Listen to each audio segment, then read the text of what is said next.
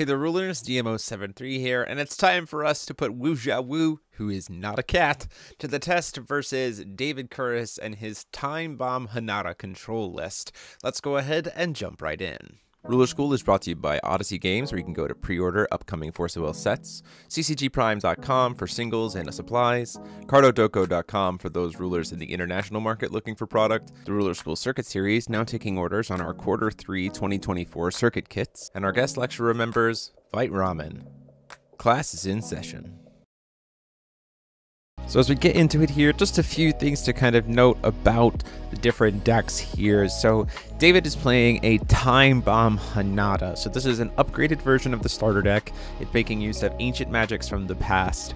The idea, again, remember with Hanada, is that he can burn a mana counter to reduce the cost of it doesn't produce will, it just reduces the cost of an ancient magic by 1 attribute cost, and then it can also burn a magic counter to reduce the cost of a card with Remnant by 1 void, meaning that if you have a card that is both Remnant and Ancient Magic, you could potentially burn 2 mana counters to reduce its cost by 1 attribute and 1 void.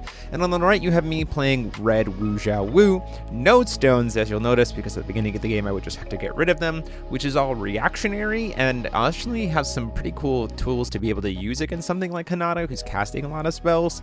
It just comes down to kind of how it plays out. And the reason why we're playing red is because there are some great cards in red that we can make use of when we don't have stones to still get some good value. These are things like Chivalry's Tears, This Means War, as well as Therion Morphing is a fire card as well, which kind of plays into that in the first place. We also get to play things like Gleipnir and other regalia that cost 0 to kind of make Wu Xiaohu a little better. So we'll see exactly how this goes. You'll see that David won the die roll, which is really unfortunate for Wu.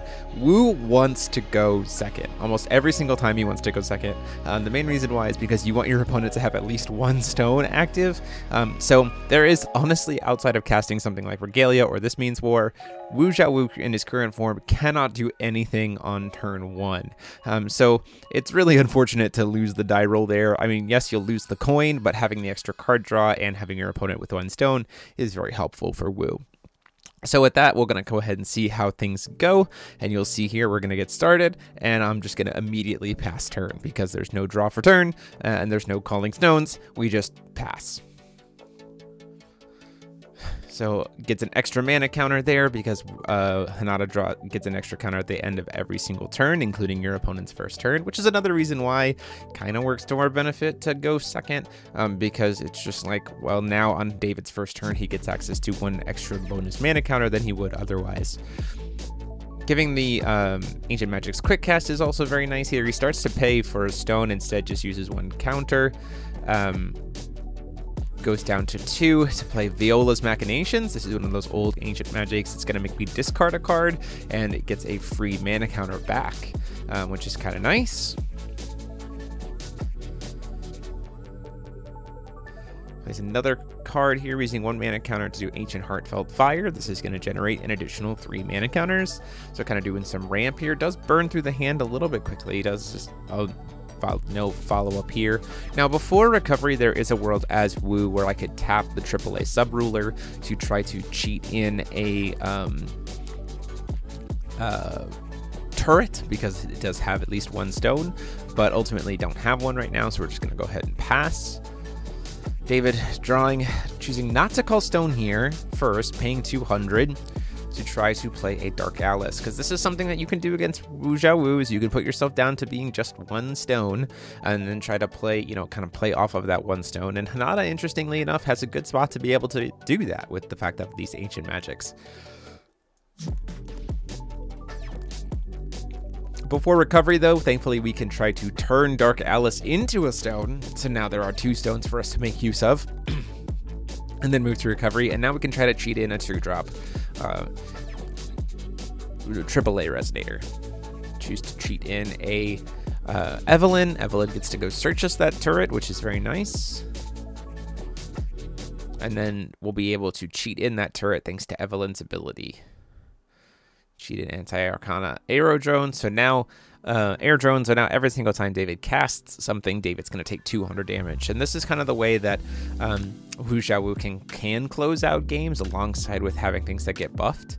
Going to see a Sympathy of Fire and Wind, targeting the using coin and one thing to get the Helen off the board, and then still gets to get our turret in. Pamela gets to cheat in because we had that go off. We do something a little bit interesting here is, so Pamela might just be a good idea to just put her in to just have a body on board. I think the thought was we try to use Pamela to put the Helen back in our hand, but ultimately we choose to put the turret back in our hand so we can try to draw another card. And then we're just going to go ahead and pitch a Therion morphing to flip Wu Xiao and go ahead and use his ability to kill the Dark Alice, because Dark Alice is a stone, and so Wu Xiaohu can kill something that we converted into a stone. And now, seeing that we have the ability to try to play cards even without 2 stones, David's going to go ahead and just call stone and let us be at 2 stones and then pass. But Pamela here sitting with 200 attack.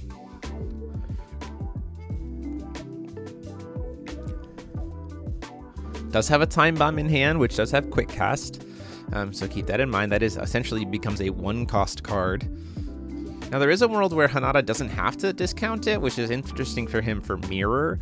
You could use something like Mirror if you're concerned about Mirror, you can just full pay for Time Bomb, pay 2, give it quick cast. We see a Strange Miracle and then another Dark Alice. Dark Alice is going to get responded to with a Elsa because it's being cast, so we can try to cheat in an Elsa and make Dark Alice enter in as a stone, just to try to, again, limit the amount of options that David has here. Says that's fine, but is going to try to do Sympathy in response to try to ramp a stone. See, that's fine.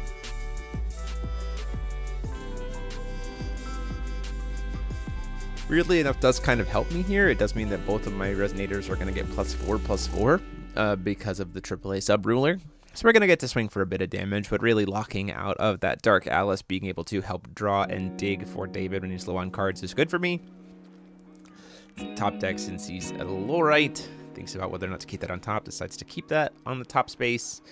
And then at that point in time is going to pass the turn. Can't make use of Time Bomb at this point in time. Don't have an extra will. The Garion in hand doesn't help anything because, again, no will. The Heartfelt Fire, it's not going to do enough damage right now to be able to kill anything, which is helpful for us. We're going to, first spell cast of the game, use this Means War because everything's been cheated in instead of being cast. So we get to draw 2 free cards. We'll hit in for 4. And then another 5 takes down to 27. And so then we just kind of wait. This is kind of how it goes. The biggest problem here is the fact that I don't have a way to put the Elsa back in my hand or search for another Elsa. This is a problem because you see there that there is this wonderful handy dandy little Shiva that is there, which is a problem potentially. Now, one thing we do here that we could have done differently is you see we have this we cheat in this anti-Arcana Arrow Drone, and we have a Pamela in hand. So arguably what we should have done here is when the Arcana Arrow Drone gets cheated in, we should also, but we have a Pamela on field is the other problem too. You can only cheat in a Pamela if you don't already have a Pamela. So this is the biggest problem, is I kind of get locked on the fact that I have the other copies of them already in the field.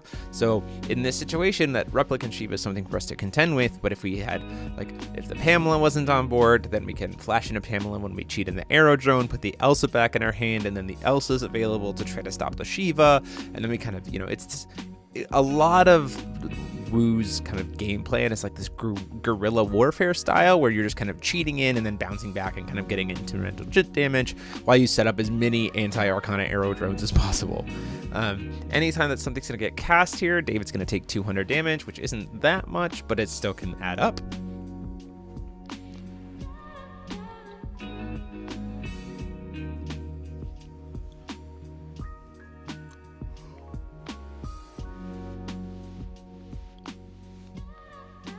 Does look like we're kind of thinking about the idea of Time Bomb. Also looking at the Replicant Shiva as a potential option. Going to go ahead and solarize the Replicant Shiva. This is, again, if we had an Elsa, would be a good spot here, but ultimately it's going to be a little bit of a struggle for us. It also would be fine if we hadn't cheated in the Arrow Drone, because in response to the Shiva's enter effect, we could make the Shiva into a stone, which would still get everything blown up, but at least at that point in time, the +1/+1 counters wouldn't exist, so that would be pretty helpful. So those are going to get killed. Everybody's going to get an additional 4 +1/+1 counters, which means the Dark Alice is going to get to swing in for a good amount of damage. Swing in for 4. Gets you down to 26. We draw, we recover, we pass the turn.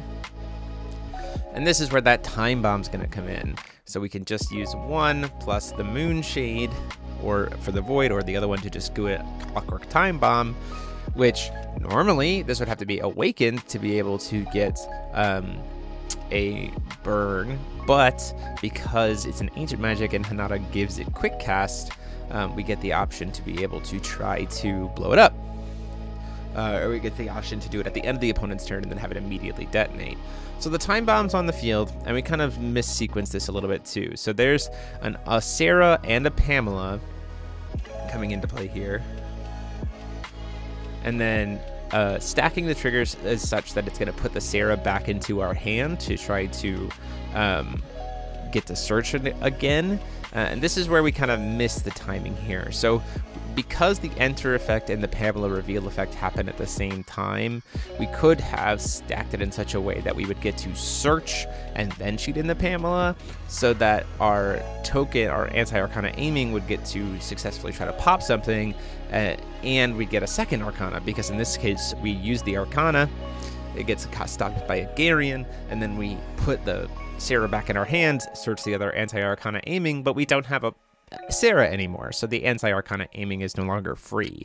So sequencing for Red Wu is also very, very important here, and this is essentially that sequence. Not that I was in a good spot to be able to win that game anyway, but it certainly does close it out, because now I'm fully tapped out in the terms of I don't have the ability to cheat something in, and with the damage represented on board from the Shiva and the Dark Alice, it's just swing out and then we have lethal. David doesn't even actually at this point have to call stone or do anything. You can just swing out, and it's actually kind of more advantageous for David to not, because he doesn't want to risk triggering anything in hand for Wu to be able to cheat in as a potential blocker. So just swinging out for 10 and then another 16 to close out the game. It's just a matter of, does David see that, or is he a little bit too, maybe a little bit scared about what he wants to do here? Ultimately hits another stone, has a handful of stuff, looks at the sequencing and then goes, yeah, we'll just go ahead and swing in. And at that point in time, we push it out. I think we were a little bit off on our life total tracks, and so I draw an extra card just to see, but then that's it, and we go into game 2. So like you see there, sequencing is a huge portion of Red Wu Xiaohu, and also Replicant Shiva is currently in the meta Wu's biggest problem. There's just this massive board, everybody has access to this board wipe that unless Wu holds on to an Elsa to be able to mess with, is going to be difficult for him to be able to deal with. You have to almost kind of have multiple Elsas just in case they have something like a Lorite, because if you have multiple Elsas, you can reveal all of them, and then even if one of them gets Lorited, the others just get cheated in anyway. One of the others at least gets to cheat it anyway. That's why This Means War is helpful, helps to draw you a card. Ancient Heartfelt Fire coming down here in response. We have This Means War, going up to some more counters there. Going to go ahead and use one for a Sympathy of Fire and Wind. We're going to respond with Work Is Not a Job.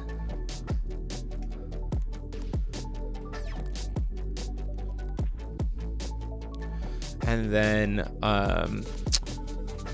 we see another, the will gets replaced with another green-red back to David, and David decides to use it for another Sympathy of Fire and Wind in hand to burn me for 8, which makes sense. I mean, Sympathy of Fire and Wind, yes, it'd be able to ramp, but that puts him immediately to 2 stones for me, which is great. It suddenly turns my deck on a lot more to have him be at 2 stones.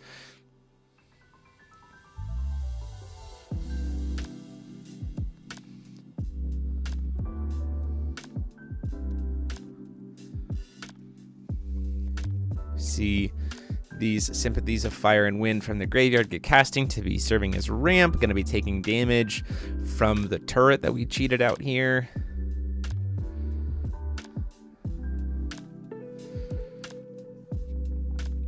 Getting to 4C, see that cancel there on the top. Choosing to keep it on the top is interesting. I would think that it would get not burning, paying 2 and a counter. So again, taking a grand total of 4 to cast another one to ramp another stone. So turret putting in some work here, going to be able to swing for 4, sitting at being a 4/12. So you have to block something nice, but again, we have to deal with the fact that there is that Shiva there.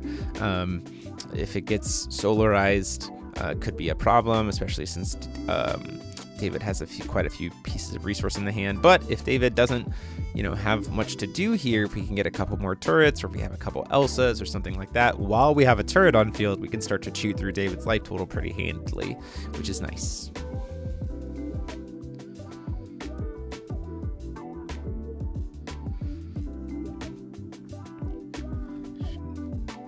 Technically, David should be at 3 counters right now.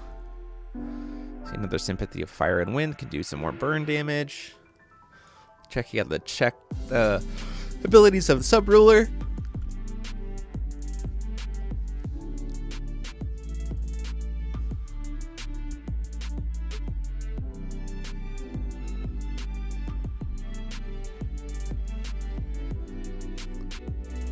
Really debating whether or not to use this Sympathy of Fire and Wind. It looks like potentially from hand to try to do some more base burn. It won't be able to hit the trooper though, and being lower on life means ultimately it would kind of weirdly result in a tie, just because. So it does decide to just try to pass the turn. We're trying to use AAA here in response to end of turn to see if we can get something cheated in.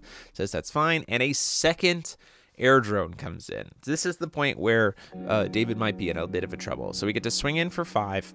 Swing in for 5 takes David down to 18, and now every card cast by David is 4 damage off of triggers. Now you can try to cancel those, but by canceling them, you're probably casting more cards, which then means more triggers go on. So this is a position where Red Wu's kind of gotten ahead and is in a good spot to be able to respond to things, which sets us up for a really interesting position if David tries to go in for this Shiva, which as we see is about to happen. So the longer we fight about this Shiva, the more damage David takes. At that point in time, the Shiva is less relevant because you'll be so low on life.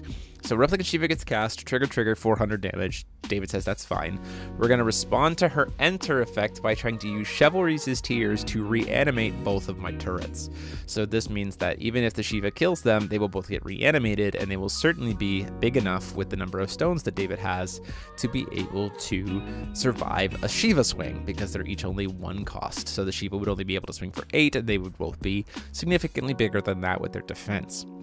So we're trying to cast the Chivalry's Tears, seeing if that resolves. We see pay 2, Forbidden Words comes down to try to cancel it, at which point in time we're going to get to burn him for another 4, takes him down to 1,000.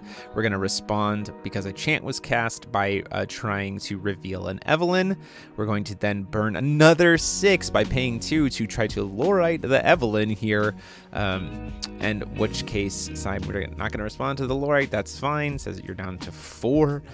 This has done its job here. Now, since these have been put into the field, 2 things have been put into the field. We're going to use Wu Xiaohu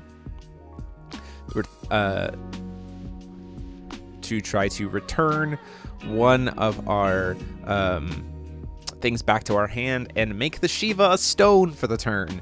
So 2 things have entered our opponent's field that weren't stones, and so Wu Xiaohu can make something a stone. This means that they won't get the +1/+1 counters, and we save one of our turrets, which we can then immediately cheat back in at the end of the turn. So 1 gets killed.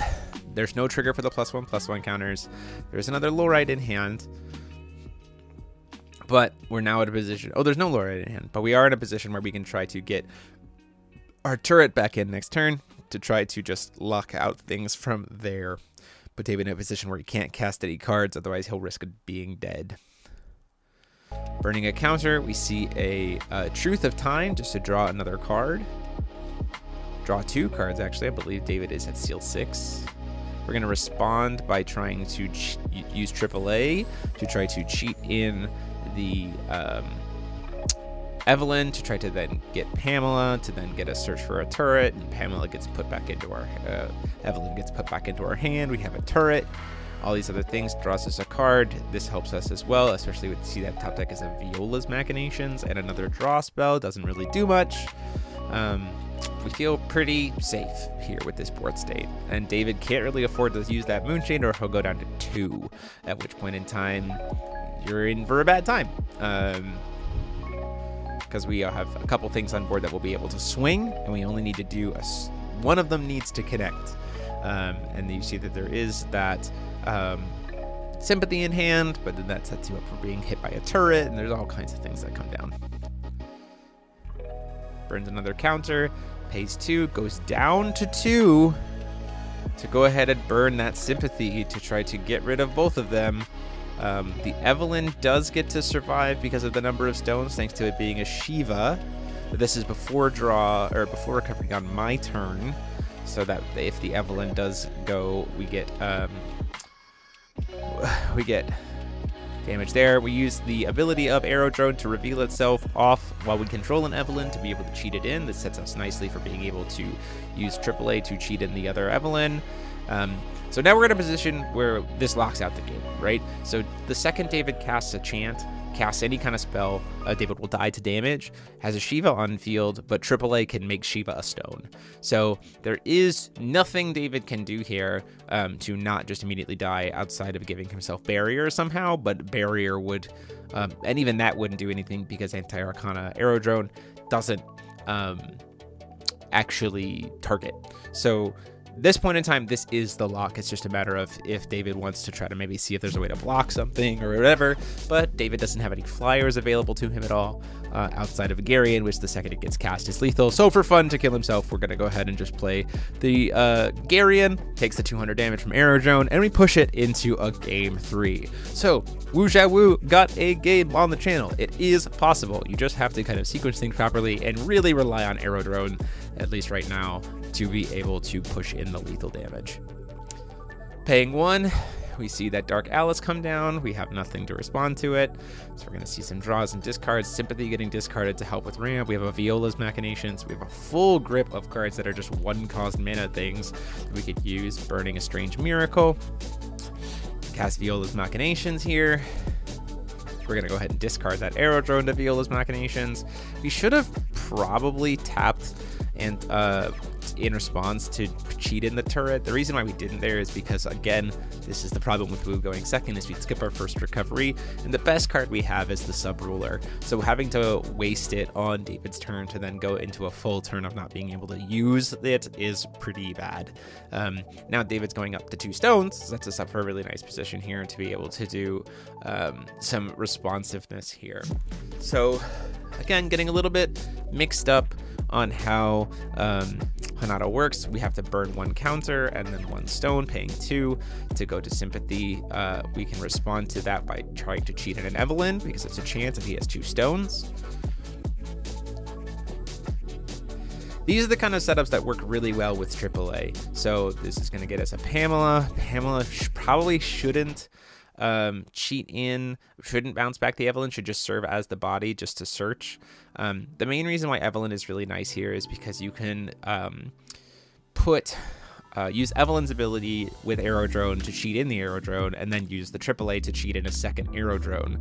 Because the way they work is once they've cheated themselves in, you can't put any other copies of them in, but if you use AAA, you kind of bypass that. So we do get the Pamela on board. We're drawing some more cards. We're trying to set ourselves up here. We've got the Arrow Drone that we'll be able to cheat in at the end of the turn, thanks to AAA at least.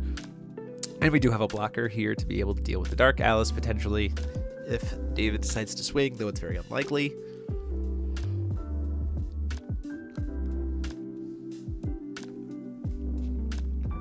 And the main reason to do this Pamela line is because we want to try to draw into Elsa. That's really it. Like, if you don't open with an Elsa in this list, you should be trying to draw as much as possible to get to Elsa. Pays another 2. We see just Forbidden Words, just to try to mill, try to set some things to grave. And again, Sympathy of Fire and Wind here is unfortunately setting up for a Solarized Shiva. So going to go ahead and mill 2, hits an Invitation to Disaster, which is a pretty good card to send to graveyard, and Josh up, or David up, for being able to burn me with a Hanada flip, which would be very devastating. 4,000 damage from that. There's nothing really much I can do. And again, currently J rulers are one of the biggest things that Wu just has no way to really interact with outside of a Chivalry's Tears. And then if it's only 800 damage, it's usually not enough. So Aerodrone gonna swing in here, get some damage. We've got a Pamela. It's gonna serve as a blocker. Knows full well that Shiva's probably coming down next turn. Just gotta try to hope ourselves to get to a position where we can maybe see 2 Elses in hand. I'm gonna use Therion Morphing to try to do Judgment to set it up so that Dark Alice is a stone. Trying to, once again, we're just trying to draw into cards. Wu Xiaohu is going to attack here for a grand total of 500 damage because there are now 5 stones. And we'll get to draw us a card thanks to Gleipnir, the Regalia.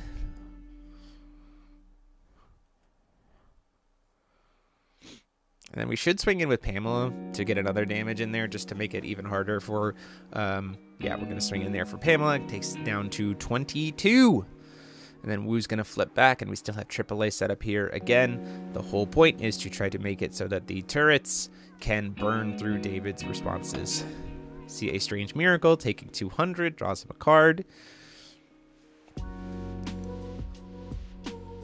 Love for all of these Heartfelt Fires to get cast, just to burn through the resources. The only really thing that David has going for him right now is exactly that Shiva. So if we have a couple copies of, if we have a couple Elses in hand, we're in a pretty decent spot. Unfortunately, without Elses, though, we're in for a world of hurt. We need exactly 2 Elsas because that would set us up for being able to stop the Shiva. And at that point in time, it might honestly be game. Like, if we hit double Elsa here in response to the Shiva, it's probably actually Red Wu's game because that would tap out and we'd be set up for a very, very strong push of lethal damage because we can also then use the AAA resonator, AAA subruler to make the Dark Alice that's on field into a stone, and so then all of these things will be very big, and you know, we set it out to that same position before. Paying 2 and taking 2 thanks to the turrets to be able to do Dark Alice. See a second Lorite. That puts us out of the range of being able to do double Elsa, but 1 gets discarded, so we're back into double Elsa range. Every single card cast is another 200 damage. Heartfelt Fire taking another 200 to ramp. A few more missed counters here. Taking some pretty interesting risks here. Gonna try to put in the Evelyn in response to the Heartfelt Fire to try to get ourselves a second turret. If we can get down to 8 life as well, that's the other thing too. If we get down to 8 life, then suddenly, you know, 8 life and tapped out puts us in a position where we might be able to get to a, you know, Chev's Tears range. Failing to find off of the Evelyn search means that we have all of the turrets. Solarization comes down for this replicant Shiva.